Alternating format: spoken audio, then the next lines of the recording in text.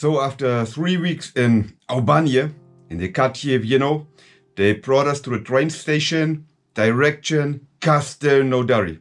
And our aim, of course, was this one. Get the Capi Blanc. This was our aim. We dreamed about this one, you know. And so finally, we stood in front of the CASERNE LAPASSET, and CASERNE LAPASSET should be our home for 4 months. Unbelievable. And as we stood in front of the CASERNE LAPASSET, you could see a steel grid, a big steel grid, and to the right side, a wooden guardhouse. And in this guardhouse, there was standing a legionnaire with the Capi Blanc, with a FAMAS, with a bayonet, and his face was a mask of rigidity, you know. He did not even look at us. And when you had a look through the steel grid, you could see a long building to the right side, a long building to the left side, another building across, and in front of this building, a flagpole. You could see the tricolor, you know, the French flag.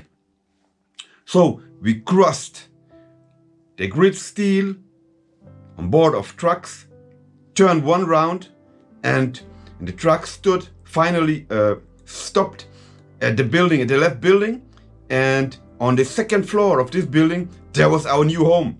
It was a big room, big room, with about 45 beds, one on top of each other. And the floor was a wooden parquet floor. And each time you stepped on this wooden parquet floor, it was a terrible crunch, you know. It makes a lot of noise, it was crazy.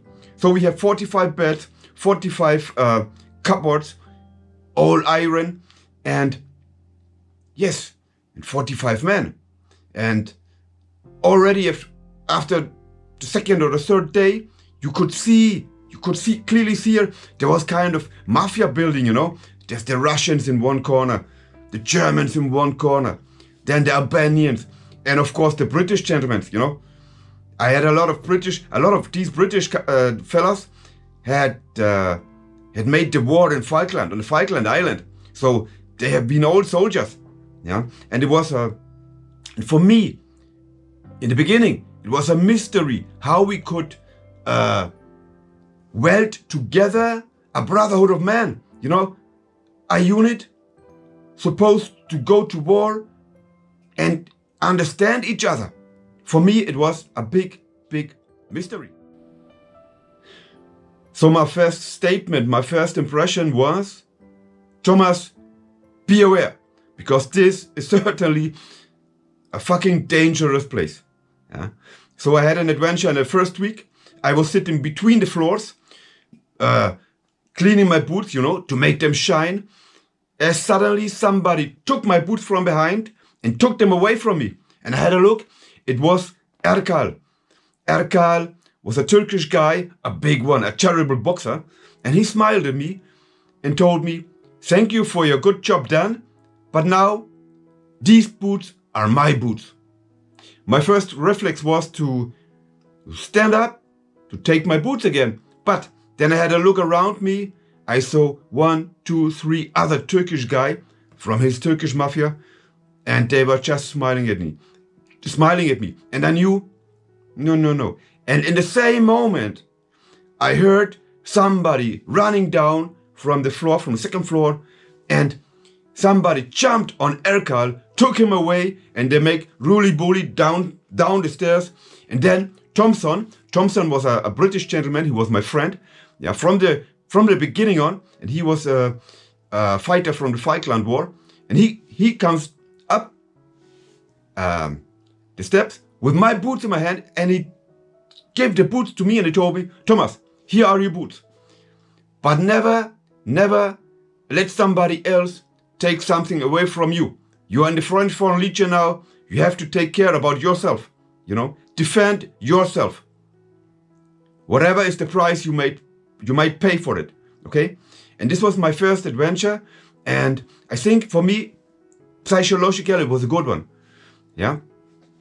And later on, I talked about the parquet floor, the wooden parquet floor. Every weekend, on our knees. We had to clean the parquet floor with a toothbrush. It was great. It was not great. It was terrible for us. Spending our first weekend, cleaning a wooden parquet floor with a toothbrush. Yeah, was not very. It was not a big motivator for us. But okay, we want to wear the Capi Blanc, so we have to get through a lot of things. It was. I remember another scene. We have been in our room, and suddenly a caporal entered the room. Was a Irish caporal, and he screamed, "Cyril Rangers, Cyril Rangers!" And I was standing there. I didn't understand nothing. And he came to me. He was small. I looked down at him, and he told me, "Cyril Rangers!" And I was smiling. Instinctively, I was smiling because I didn't understand his excitement. And then he told me, "Okay, get in downward position, push-ups." So I made push-ups, 10, 20, 50, 100, until my nose was in the dirt. I was exploded, And then my binom came to me and told me, "Hey, Thomas, this was your caporal, and he only wanted that you make your boots shine." So that's how you learn French in the French Foreign Legion. You learn it on a hard way, okay? And the other day, the same caporal came to our room and he screamed, "Est rassemblement avant le building?" What means the whole section has to be rassembled immediately to take the shower, And we wear only our towel, a short, Legion short with stripes, green and red, and a soap in our hand. That's all. And behind the building, there's been the showers. There's been about 4 or 5 shower cabins. The water was not even warm. And he gave us 10 minutes to take our shower, to take the shower for 45 men, take 10 minutes. It was crazy. It was crazy, So he had about, I'm not good in mathematics, but you have had about 45 seconds to take your shower. Great.